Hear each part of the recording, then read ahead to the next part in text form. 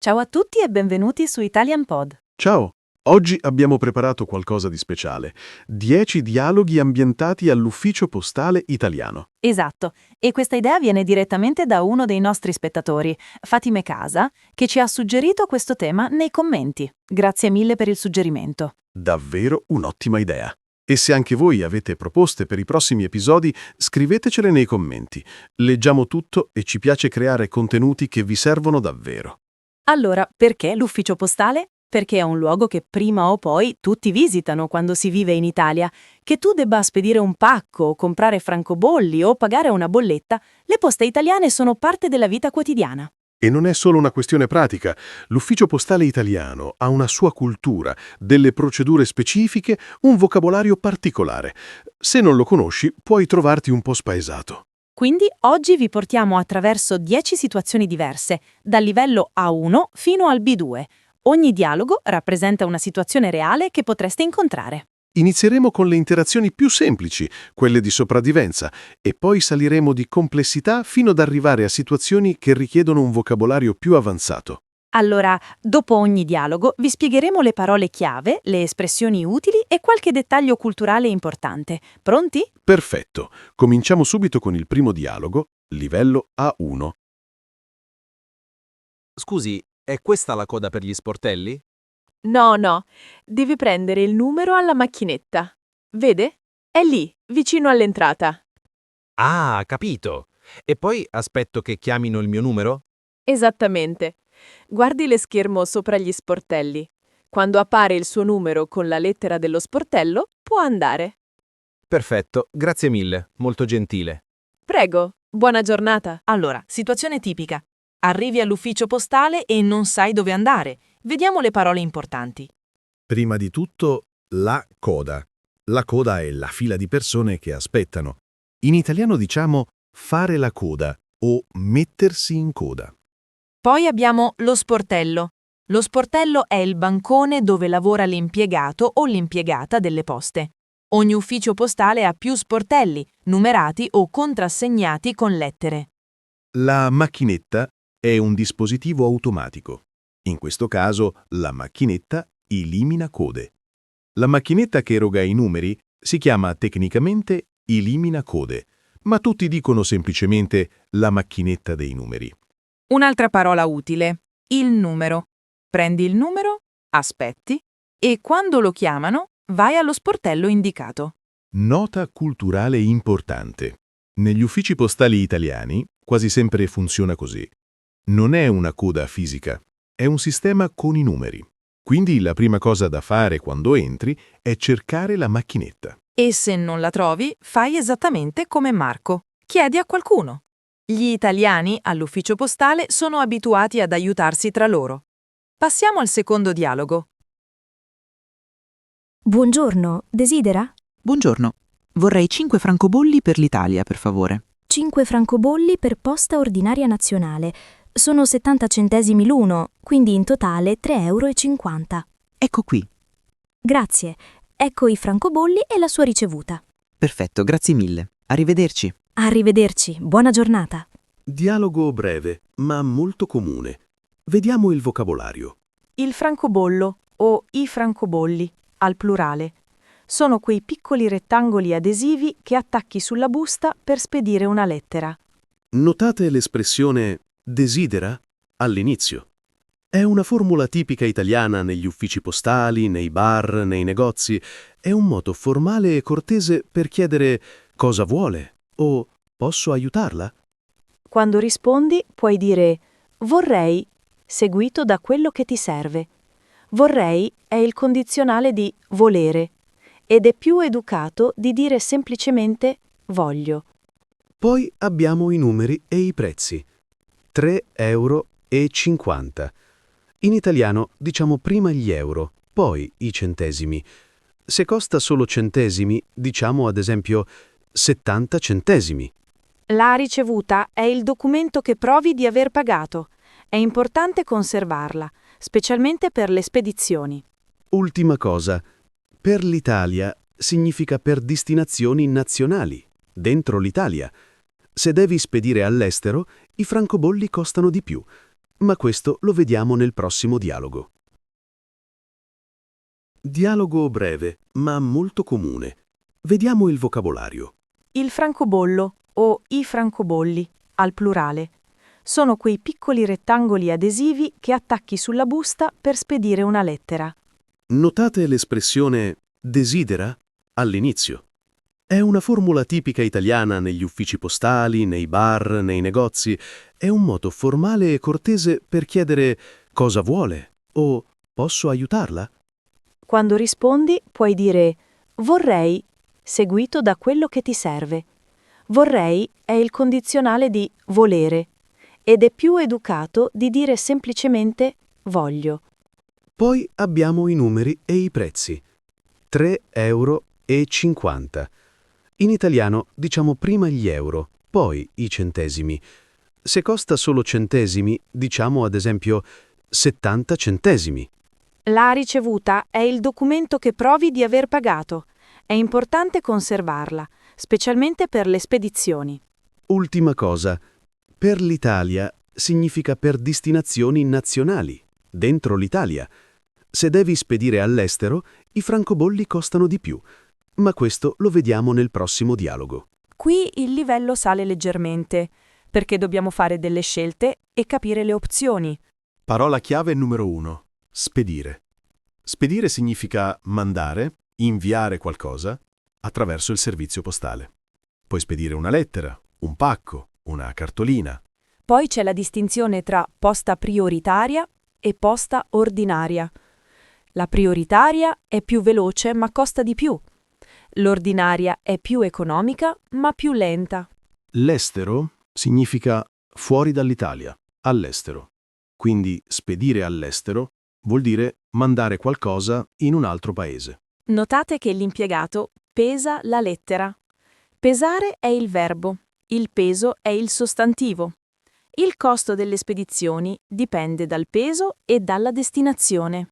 La frase fa 2,20 € significa costa 2,20 €. Fare, in questo contesto, significa costare. Gli italiani usano molto questo verbo quando parlano di prezzi. E alla fine Paolo dice tenga. Questa è un'espressione che si usa quando dai i soldi a qualcuno in modo cortese. È come dire ecco i soldi, ma più elegante. Perfetto. Con questi 3 dialoghi abbiamo coperto le basi. Orientarsi nell'ufficio postale, comprare francobolli e spedire una lettera semplice. Nella prossima parte vedremo transazioni più complesse, come spedire pacchi e compilare moduli. Non andate via. Benvenuti alla seconda parte. Ora alziamo il livello di complessità. Esatto. Passiamo da semplici acquisti a operazioni che richiedono più interazione, spedire pacchi, compilare moduli e risolvere piccoli problemi. Questi sono dialoghi di livello A2 e B1, quindi il vocabolario diventa più specifico e le situazioni più realistiche. Cominciamo subito.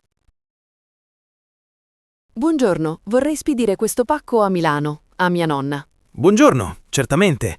Allora, prima di tutto dobbiamo pesarlo. Lo metta qui sulla bilancia. Ecco, pesa 1,5 kg esatto. Va bene. Quanto costa spedirlo? Dipende dal servizio che sceglie. Vuole la spedizione normale o raccomandata? Qual è la differenza? La spedizione normale costa meno, ma non ha tracciamento. La raccomandata costa un po' di più, ma lei riceve un codice per seguire il pacco online e ci vuole la firma del destinatario alla consegna. Ah, capisco. Meglio la raccomandata allora. Ci sono cose importanti dentro. Perfetto. Con 1,5 kg per Milano la raccomandata costa 12,50 €. Adesso deve compilare questo modulo. È il modulo per pacchi nazionali.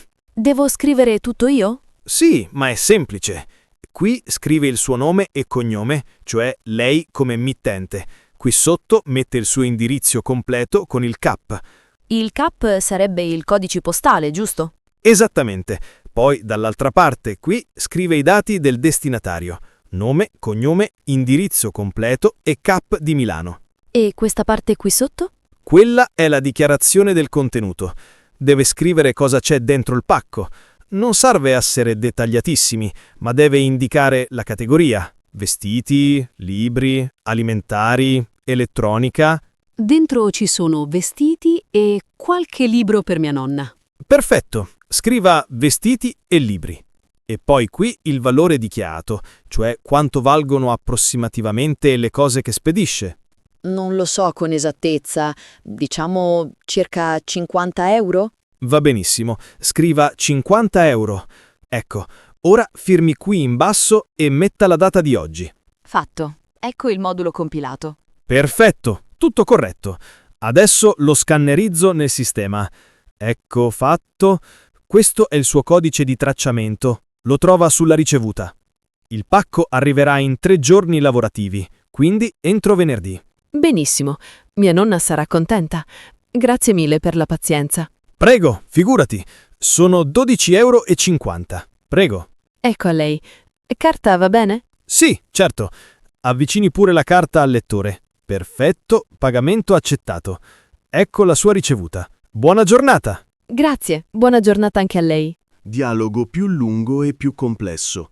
Qui iniziamo a vedere la vera burocrazia italiana in azione. Prima parola importante, il pacco. Un pacco è un pacchetto, una scatola che spedisci. È diverso da una lettera perché è più grande e più pesante. Pesare e la bilancia. La bilancia è lo strumento per pesare. Tutti i pacchi devono essere pesati perché il costo dipende dal peso. Poi abbiamo la spedizione normale contro la raccomandata. Questa è una distinzione fondamentale. La raccomandata è più sicura perché ha il tracciamento e richiede la firma di chi riceve il pacco. Il tracciamento o tracciare il pacco. Quando spedisci con raccomandata ricevi un codice, di solito una serie di numeri e lettere, che puoi inserire sul sito delle poste per vedere dove si trova il tuo pacco in ogni momento. Il destinatario è la persona che riceve il pacco. Il mittente è la persona che spedisce, quindi tu. Queste 2 parole sono essenziali quando compili i moduli. Parliamo di il modulo. Il modulo è un documento, un foglio che devi compilare con informazioni specifiche. Compilare significa riempire, scrivere le informazioni richieste. Nel modulo ci sono diverse parti.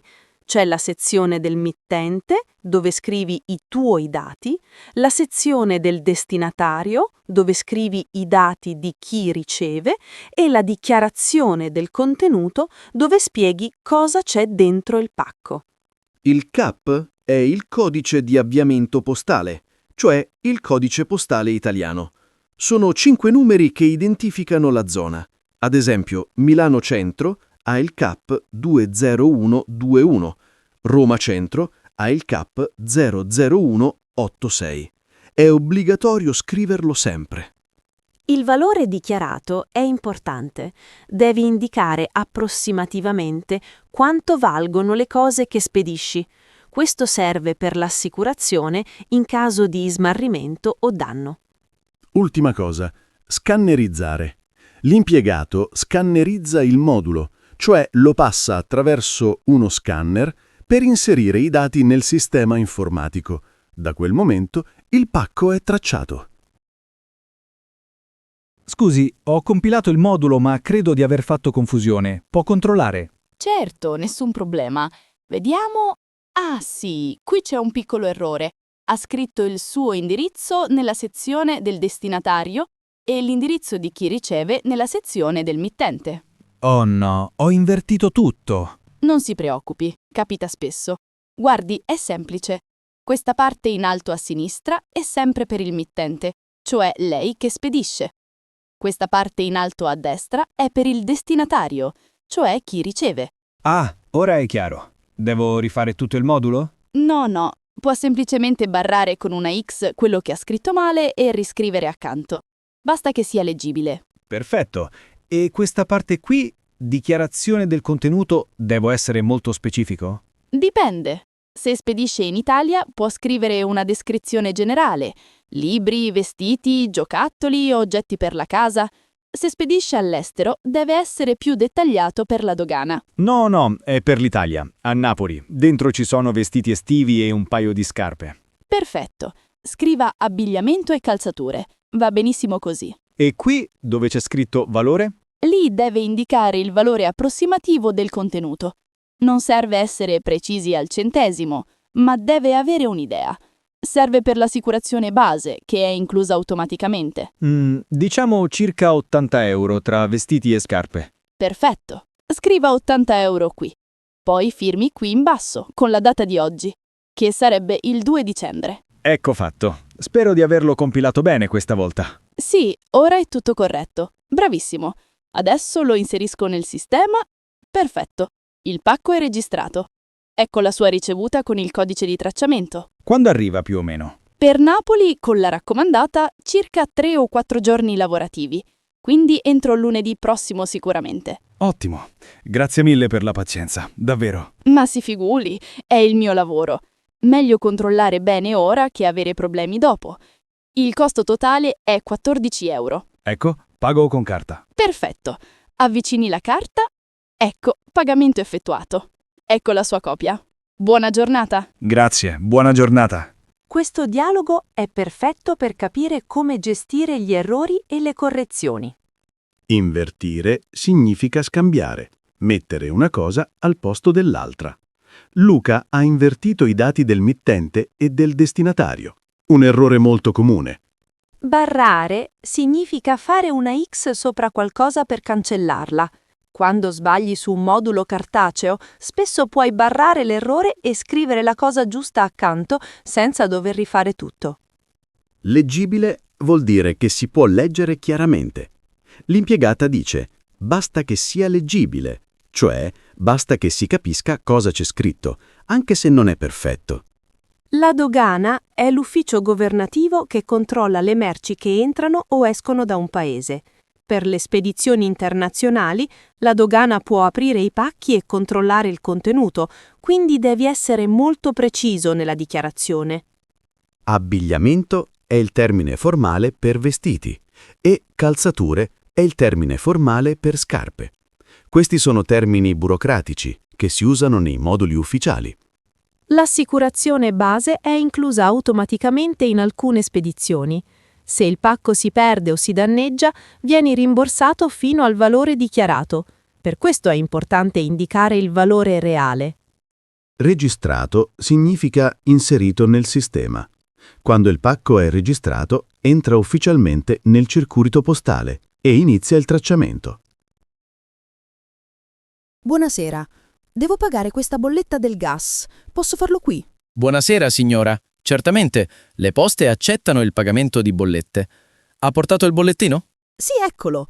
È questo foglio giallo, giusto? Esatto, quello è il bollettino postale. Vediamo, bolletta Enel Gas, importo 120 euro e 30 centesimi. Ha un conto corrente postale con noi? Sì, ce l'ho, perché? Perché se vuole possiamo addebitare l'importo direttamente sul suo conto, invece di pagare in contanti. È più comodo e ha anche la traccia automatica del pagamento. Oh, ottima idea. Sì, preferisco così. Come si fa? Semplicissimo. Mi dà un documento di identità e la sua carta Postepay o il libretto? Così accedo al suo conto. Ecco la mia carta d'identità e la Postepay. Perfetto. Inserisco i dati del bollettino, ecco, vedo che il codice corrisponde. L'importo è 120,30 euro. Procedo con l'addebito? Sì, vada pure. Fatto. L'addebito è andato a buon fine. Il pagamento è stato registrato e riceverà una notifica anche via SMS se ha attivato il servizio. Perfetto. E mi dà una ricevuta cartacea? Sa, io preferisco avere sempre la carta. Certo, assolutamente. Ecco la ricevuta timbrata e firmata. Qui c'è scritto la data del pagamento, l'importo e il codice del bollettino. La conservi come prova. Benissimo. Quindi questo bollettino giallo lo posso buttare ora? Sì, ormai è pagato, però se vuole lo conservi insieme alla ricevuta per qualche mese. Non si sa mai. Ha ragione. Meglio essere prudenti. Grazie mille. È stato molto chiaro. Prego, signora. Se ha altre bollette da pagare, può tornare quando vuole. Buona serata. Grazie. Buona serata anche a lei. Questo dialogo ci mostra un aspetto importante. Le poste italiane non sono solo per spedire lettere e pacchi. Esatto, hanno anche funzioni bancarie e finanziarie. Vediamo il vocabolario specifico. La bolletta è la fattura che paghi per servizi come luce, gas, acqua, telefono. Ogni 2 mesi o ogni mese ti arriva la bolletta e devi pagarla. Il bollettino postale è il documento che usi per pagare. Di solito è un foglio bianco, giallo o azzurro con tutti i dati precompilati. Chi devi pagare, quanto devi pagare, il codice della bolletta. L'importo è la somma di denaro, cioè quanto devi pagare. In questo caso l'importo era 120 euro e 30 centesimi. Il conto corrente postale è come un conto in banca, ma presso le poste. Molti italiani hanno un conto postale perché è comodo e affidabile. Addebitare significa togliere soldi dal conto. Invece di pagare in contanti, l'impiegato addebita l'importo direttamente sul conto della signora. Andare a buon fine è un'espressione che significa avere successo, funzionare. Se un pagamento va a buon fine, significa che è stato completato con successo senza problemi. Timbrata e firmata. La ricevuta ha il timbro delle poste, cioè il sigillo ufficiale con la data, e la firma dell'impiegato. Questo la rende un documento ufficiale valido legalmente. Nota culturale. In Italia, le poste italiane offrono molti servizi finanziari. Puoi aprire conti, fare investimenti, pagare bollette, ritirare la pensione e per molte persone, specialmente anziane, le poste sono come una banca di fiducia. Perfetto. Con questi 3 dialoghi abbiamo visto situazioni più complesse: spedire pacchi con moduli, gestire errori nella compilazione e pagare bollette. Nella prossima parte affronteremo situazioni ancora più avanzate di livello B1 e B2, con problem solving e vocabolario specializzato. Benvenuti alla terza parte. Ora entriamo nel vivo delle situazioni complesse. Esatto. Questi dialoghi sono di livello B1 e B2, quindi richiedono un vocabolario più specializzato e la capacità di gestire problemi, fare confronti e comprendere procedure articolate. Sono le situazioni che affronti quando devi spedire qualcosa di valore all'estero, quando hai bisogno di garanzie legali o quando qualcosa va storto e devi trovare una soluzione. Cominciamo subito con il 7° dialogo. Buongiorno, devo spedire questo pacco negli Stati Uniti, a New York. È un regalo di valore per mio fratello. Buongiorno, certamente, nessun problema. Posso chiederle cosa contiene il pacco e qual è il valore approssimativo? Contiene un orologio che ho comprato qui in Italia. Il valore è circa 300 euro. È un pezzo importante, quindi vorrei assicurarlo. Ha fatto bene a specificarlo. Per gli Stati Uniti, con un oggetto di valore, le consiglio assolutamente la spedizione assicurata. Abbiamo 2 opzioni: la raccomandata internazionale con assicurazione oppure il servizio Posta Celere Internazionale. Qual è la differenza tra i 2 servizi? La raccomandata internazionale costa meno, ma impiega circa 10-12 giorni lavorativi. Include tracciamento completo e assicurazione fino al valore che dichiara. La Posta Celere è più veloce. Arriva in 5-7 giorni, ma costa circa il doppio. Capisco. E per quanto riguarda la dogana, devo fare qualcosa di particolare? Sì, per gli Stati Uniti deve compilare la dichiarazione doganale. È questo modulo verde, il CN23. Deve indicare con precisione il contenuto, il valore, il paese di origine dell'oggetto e la ragione della spedizione, regalo, merce commerciale o documento. Nel mio caso è un regalo personale. L'orologio l'ho comprato in Italia, quindi scrivo Made in Italy? Esattamente. Scriva orologio da polso, valore 300 euro, origine Italia, motivo regalo. Poi deve firmare dichiarando che le informazioni sono veritiere. E se la dogana americana apre il pacco? Possono farlo, è nel loro diritto. Per questo deve dichiarare tutto correttamente. Se il valore supera una certa soglia, suo fratello potrebbe dover pagare dei dazi doganali quando riceve il pacco. Quale soglia? Per gli Stati Uniti i regali sotto gli $800 di solito non pagano dazi, ma dipende anche dal tipo di merce. Con 300 euro dovrebbe essere sotto la soglia, ma non posso garantirlo al 100%. Va bene, capisco. Allora procediamo con la raccomandata internazionale assicurata. Quanto viene in totale? Facciamo pesare il pacco. Pesa 600 grammi. Con l'assicurazione per 300 euro e la raccomandata, il totale è 52,80 euro. Perfetto. Quanto tempo ho per reclamare se il pacco si perde o si danneggia? Ha 6 mesi dalla data di spedizione per presentare un reclamo. Deve conservare questa ricevuta e il codice di tracciamento. Se ci sono problemi, viene qui con questi documenti e avviamo la pratica di rimborso. Ottimo, grazie per tutte le informazioni. Pago con carta. Perfetto. Avvicini la carta. Ecco fatto. Questo è il suo codice di tracciamento internazionale. Può seguire il pacco sul sito, sia sul nostro che su quello del servizio postale americano, l'USPS. Meraviglioso. Grazie mille, è stata chiarissima. Prego. In bocca al lupo per la spedizione. Buona giornata. Crepi, buona giornata anche a lei. Dialogo denso di informazioni tecniche e vocabolario specializzato. Andiamo per ordine. Assicurare un pacco significa pagare un extra per avere una copertura in caso di smarrimento o danno. L'assicurazione ti permette di essere rimborsato se qualcosa va male. La raccomandata internazionale è un servizio con tracciamento completo e firma alla consegna, ma per destinazioni estere. Posta Celere è il servizio espresso delle poste, più veloce ma più costoso.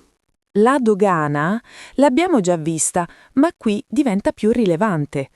La dichiarazione doganale è un modulo obbligatorio per spedizioni internazionali, dove devi dichiarare cosa spedisci, quanto vale e perché lo spedisci. Il modulo si chiama CN23 per pacchi di valore. C'è anche il CN22 per pacchi di minor valore.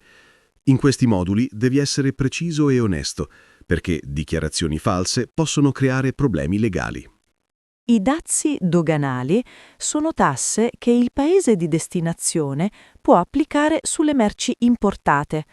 La soglia è il valore sotto il quale non paghi dazi. Ogni paese ha soglie diverse. Veritiero significa vero, autentico. Quando firmi la dichiarazione doganale, dichiari che le informazioni sono veritiere, cioè corrispondono alla realtà. Reclamare significa presentare un reclamo formale, fare una contestazione ufficiale. La pratica di rimborso è la procedura burocratica per ottenere indietro i soldi quando qualcosa va storto. Smarrimento vuol dire perdita. Se un pacco va smarrito, significa che si è perso durante il trasporto.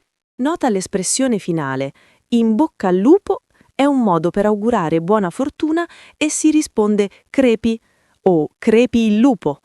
È un'espressione idiomatica molto italiana.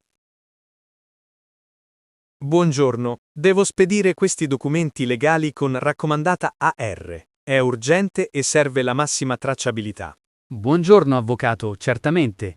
La raccomandata con ricevuta di ritorno è il servizio più sicuro che offriamo per i documenti importanti. Perfetto. Mi spieghi esattamente come funziona? Ho bisogno di prova certa della ricezione per questioni legali. Certo, funziona così. Lei spedisce i documenti in busta chiusa con il servizio raccomandata AR. Noi le diamo una ricevuta di spedizione con un codice univoco. Il postino consegna la busta al destinatario, che deve firmare per riceverla. Fin qui chiaro. E la ricevuta di ritorno? La ricevuta di ritorno è una cartolina verde che viene staccata al momento della consegna.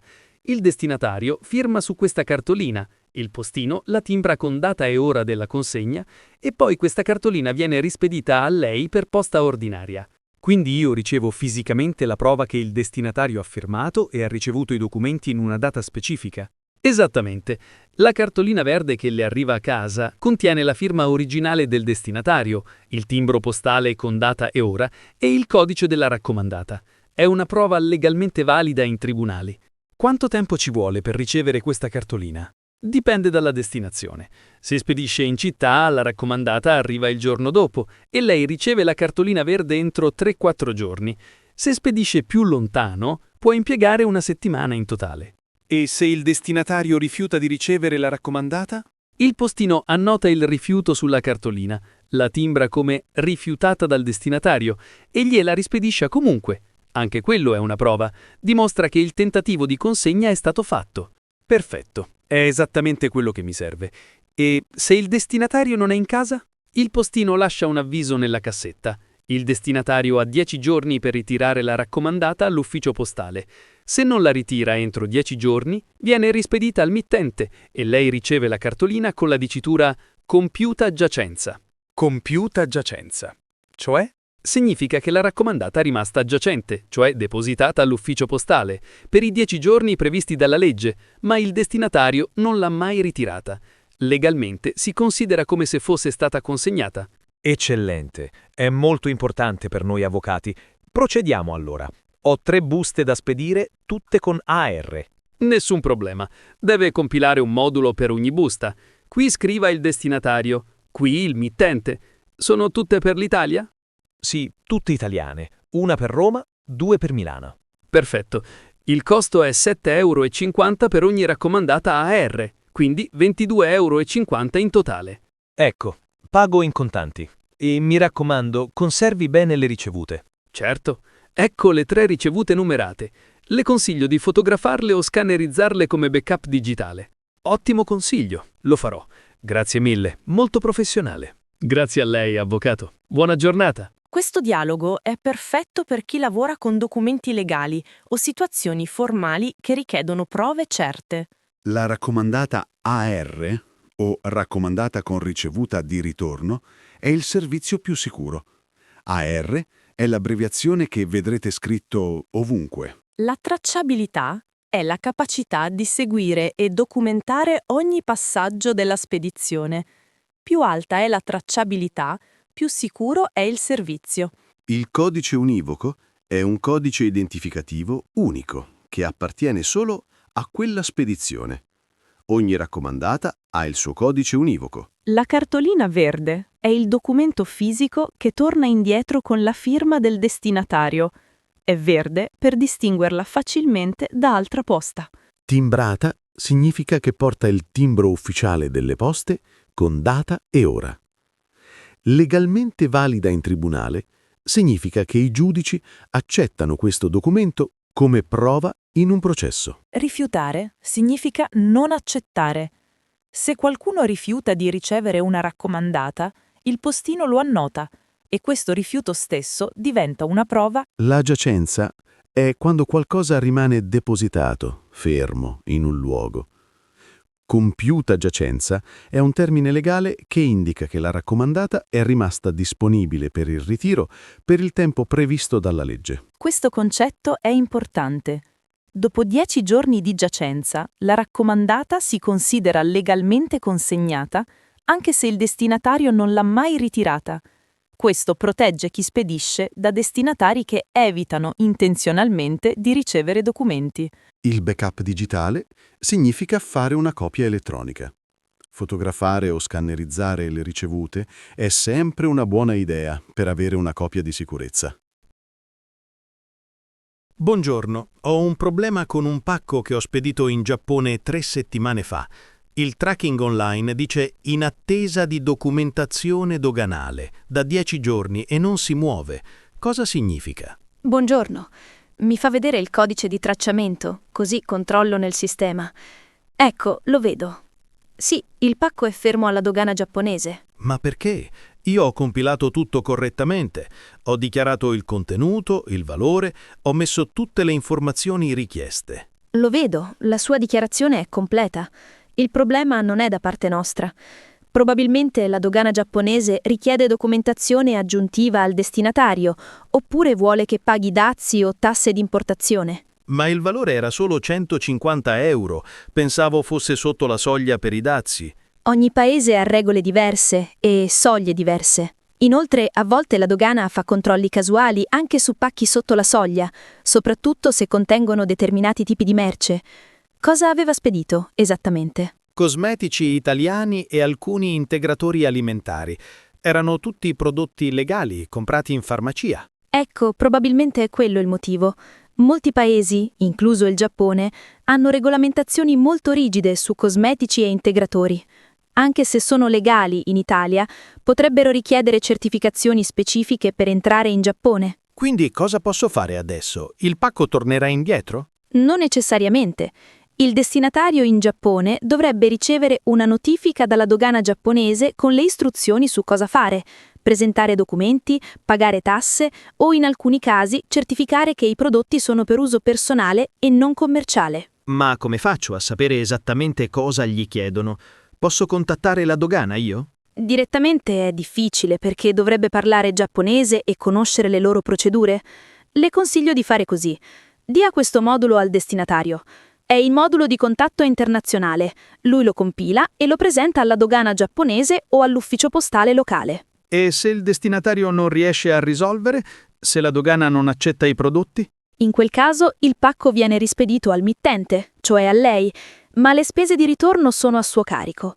Oppure, in casi estremi, la dogana può sequestrare il contenuto se viola le loro leggi. Sequestrare? Cioè confiscare? Sì, se i prodotti non possono entrare legalmente nel paese, la dogana ha il diritto di trattenerli, ma prima di arrivare a questo, di solito danno sempre la possibilità di chiarire la situazione. Va bene, allora contatto subito il mio amico in Giappone e gli dico di andare all'ufficio postale con questo modulo.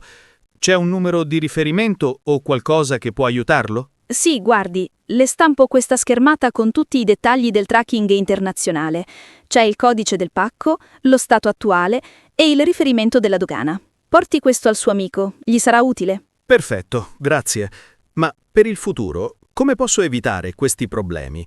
Esiste un modo per sapere in anticipo se un prodotto può creare problemi alla dogana? Sì, sul sito delle poste c'è una sezione Spedizioni internazionali, dove può controllare le restrizioni paese per paese, oppure può chiamare il servizio clienti internazionale prima di spedire.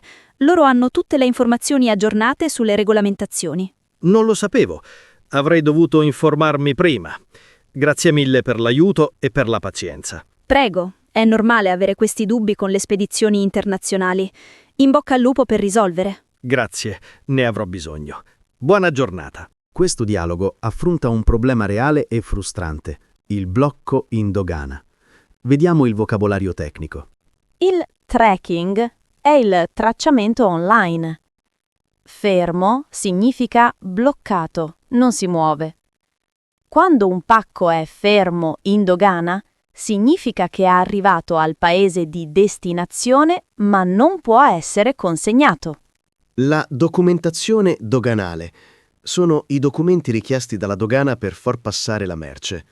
Può essere la fattura, il certificato di origine, autorizzazioni speciali per certi prodotti. I dazi o le tasse di importazione sono soldi che devi pagare per importare merce da un altro paese. La soglia è il valore limite. Sotto questa cifra non paghi. Sopra sì. Controlli casuali significa controlli fatti a caso, senza una ragione specifica. La dogana può aprire e controllare qualsiasi pacco, anche se non c'è un motivo particolare. Le regolamentazioni rigide sono regole severe, molto strette. Alcuni paesi hanno regole rigidissime su cosa può entrare nel loro territorio. Certificare significa fornire un documento ufficiale che prova qualcosa. Uso personale contro uso commerciale. Se qualcosa è per uso personale, spesso le regole sono più permissive.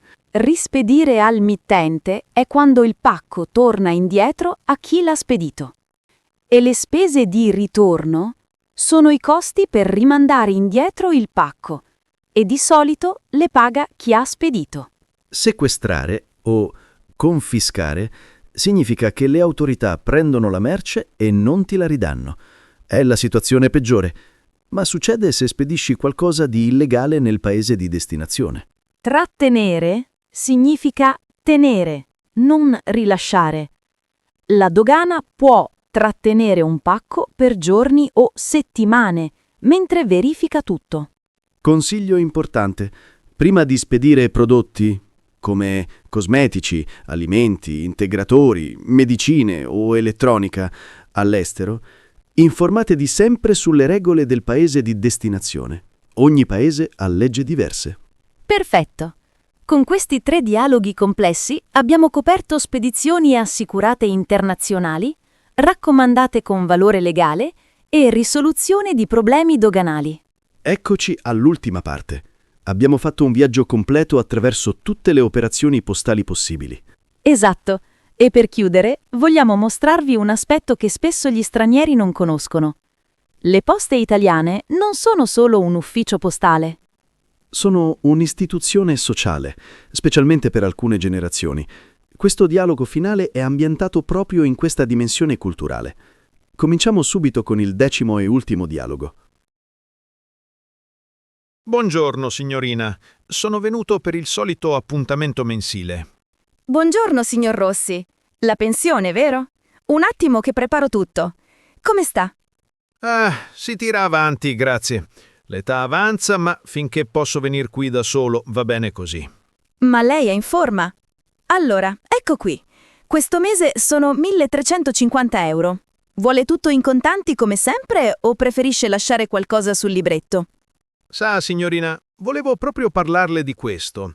Mio nipote compie 18 anni il mese prossimo e vorrei aprirgli un libretto di risparmio postale come regalo. Come funziona? Che bella idea! Il libretto postale è sempre un ottimo regalo, specialmente per i giovani. Così imparano a risparmiare. Allora, ci sono diverse opzioni. C'è il libretto ordinario, che è quello base senza vincoli. E poi ci sono i libretti con interessi più alti, se lascia i soldi depositati per un certo periodo. Quelli con gli interessi più alti mi interessano, ma deve spiegarmi bene perché io di queste cose moderne capisco poco. Non si preoccupi, è semplicissimo. Il libretto ordinario rende circa lo 0,5% all'anno, quindi pochissimo. Ma se sceglie un libretto vincolato, ad esempio a 3 anni, il tasso di interesse sale al 2%. Vincolato vuol dire che non può toccare i soldi per 3 anni? Esatto. Deposita una somma, diciamo 2.000 euro, e per 3 anni quella somma resta lì e matura interessi. Dopo 3 anni riprende il capitale più gli interessi maturate. Se li tocca prima, perde gli interessi. Capisco. Ma per un ragazzo di 18 anni non è meglio un libretto libero? Magari ha bisogno dei soldi per l'università o per altre spese. Ha perfettamente ragione.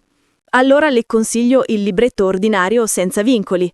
Suo nipote può depositare quando vuole e prelevare quando vuole, senza penali. E comunque matura un piccolo interesse. Perfetto. E quanto devo mettere come primo versamento? Il minimo è 50 euro, ma può mettere quanto vuole. Non ci sono limiti massimi. Allora mettiamo 500 euro per iniziare. Poi gli dico che può aggiungere altri soldi quando vuole, magari con i regali dei parenti o con quello che guadagna d'estate. Ottima strategia educativa. Allora, servono i documenti di suo nipote, carta d'identità e codice fiscale. Li ha con sé? No, non li ho portati. Devo tornare un altro giorno? No, può fare così. Oggi le do tutti i moduli da compilare, li porta a casa, li fa firmare a suo nipote e torna con i documenti. Oppure può venire direttamente lui con i documenti e io apro il libretto in 10 minuti. Meglio che venga lui, così impara anche come funzionano le cose. Io comunque voglio dargli i primi 500 euro, quindi glieli do a lei oggi o devo aspettare? Può lasciarmeli oggi se vuole, così quando suo nipote viene apriamo subito il libretto già con i soldi dentro. Glieli metto in una busta sigillata con il suo nome. Perfetto, facciamo così. Allora, dalla pensione di oggi prendo 800 euro in contanti e i 500 li lascia da parte per il libretto di mio nipote. Benissimo. Allora sono 800 per lei, ecco qui, contiture, e 500 li metto in questa busta intestata a suo nipote. Ecco, sigillata. Tenga questa ricevuta come prova. Bravissima. Sa, io mi fido più di voi che delle banche normali. Vengo qui da 40 anni, da quando c'era ancora il vecchio ufficio in piazza. Le poste sono sempre state solide. È vero, le poste sono una garanzia. E poi noi conosciamo tutti i clienti storici come lei. È quasi come una famiglia. Nel frattempo, in coda. Signora in attesa. È proprio così. Mio marito ritirava qui la pensione per 30 anni. Quando è mancato, questi ragazzi mi hanno aiutata con tutte le pratiche. Non mi hanno lasciata sola un attimo. Vede, signorina, le poste sono il cuore del paese, specialmente per noi anziani. Qui uno si sente al sicuro. Grazie, signor Rossi. Ci fa piacere che si fidi di noi. Allora, riepilogo. 800 euro in contanti, 500 in busta per il libretto di suo nipote. Ecco tutti i moduli per suo nipote. Quando viene, chieda di me, così lo seguo personalmente. Perfetto, grazie di cuore. Adesso vado a prendermi un caffè al bar che oggi è una bella giornata. Arrivederci. Arrivederci, signor Rossi. Si goda il sole. Prossimo, per favore. Questo dialogo finale è speciale perché ci mostra un aspetto culturale profondo delle poste italiane. Esatto. Non è solo una questione di spedire pacchi o comprare francobolli. Per molti italiani, soprattutto per le generazioni più anziane, le poste sono un punto di riferimento sociale ed economico. Vediamo il vocabolario finanziario prima di analizzare l'aspetto culturale. La pensione è il reddito mensile che ricevono le persone anziane dopo aver lavorato tutta la vita. In Italia, molti pensionati ritirano la pensione fisicamente alle poste in contanti.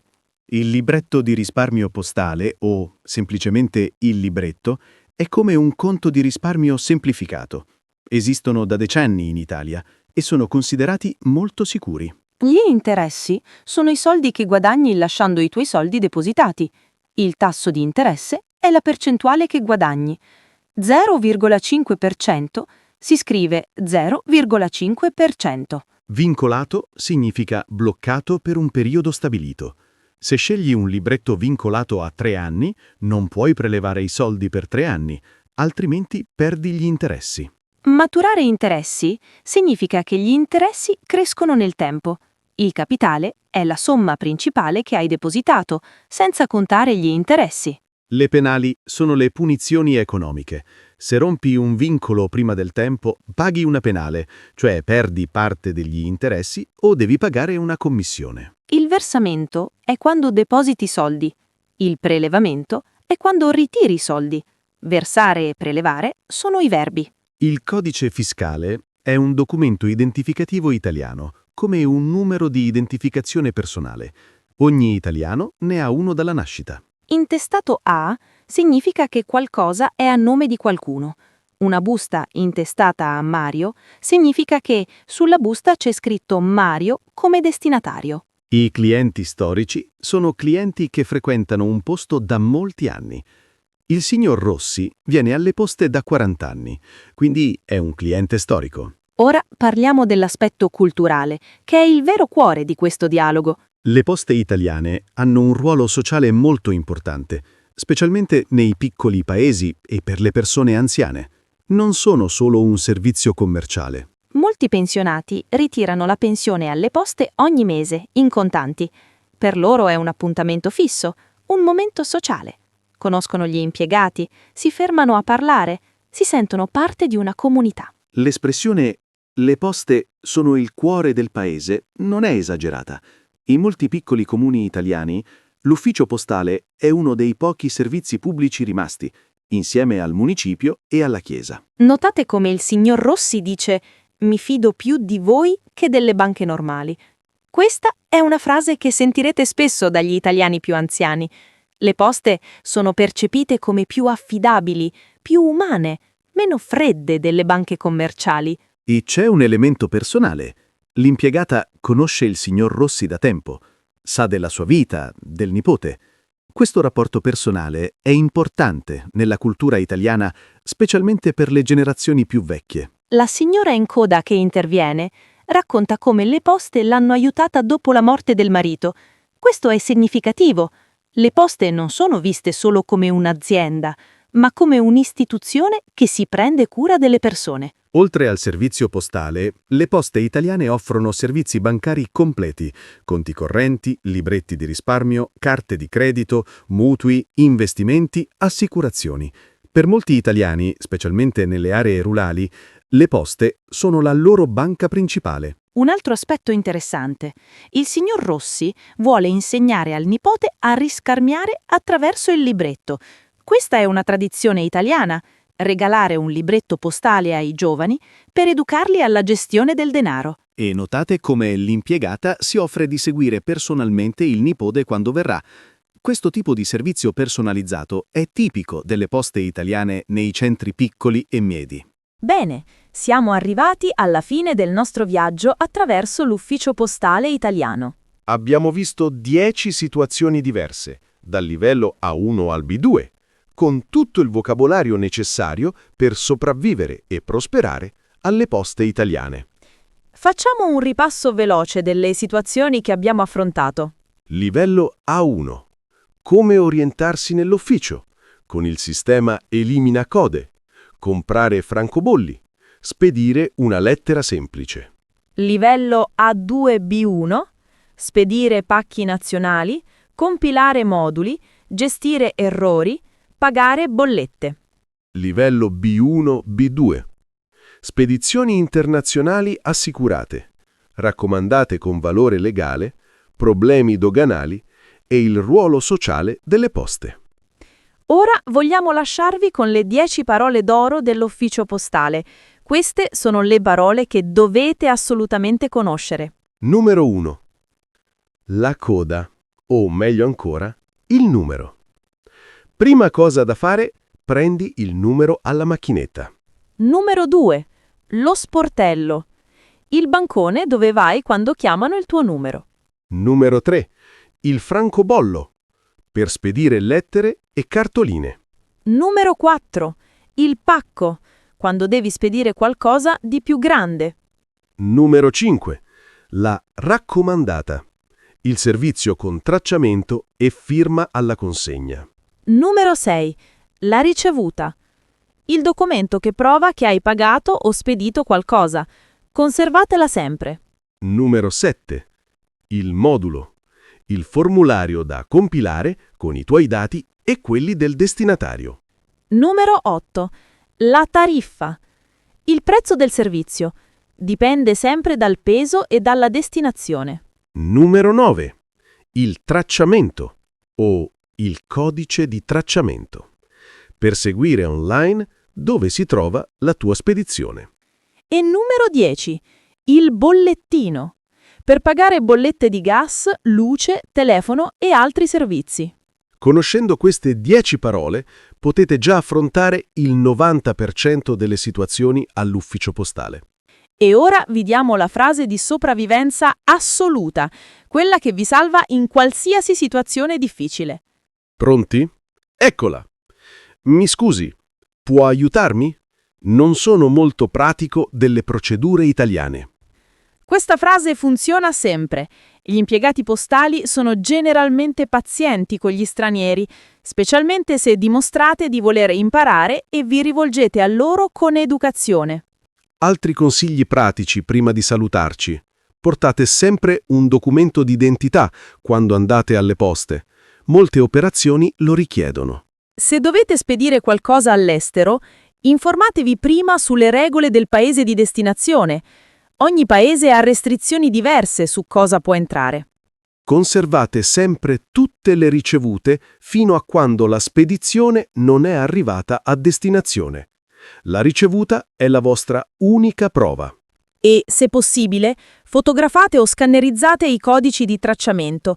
Se perdete la ricevuta cartacea, almeno avete il codice digitale per seguire la spedizione. Ultimo consiglio. Se l'ufficio postale è affollato, andate nelle prime ore del mattino o dopo le 15. Gli orari di punta sono tra le 11 e le 13. E ricordate che il sabato mattina gli uffici postali sono aperti ma con orario ridotto, di solito fino alle 12:30 o alle 13. La domenica sono sempre chiusi. Perfetto. Speriamo che questo video vi sia stato utile. Se avete domande, scrivetele nei commenti. E soprattutto, se avete suggerimenti per i prossimi video, fatecelo sapere. Vogliamo creare contenuti che vi servano davvero, come ha fatto Fatime Casa suggerendoci questo tema. Mettete un like se il video vi è piaciuto, iscrivetevi al canale se non lo avete ancora fatto e attivate la campanella per non perdervi i prossimi episodi. Grazie per averci seguito fino alla fine. Vi auguriamo buona fortuna con la vostra prossima visita all'ufficio postale italiano. Ciao a tutti! Ciao!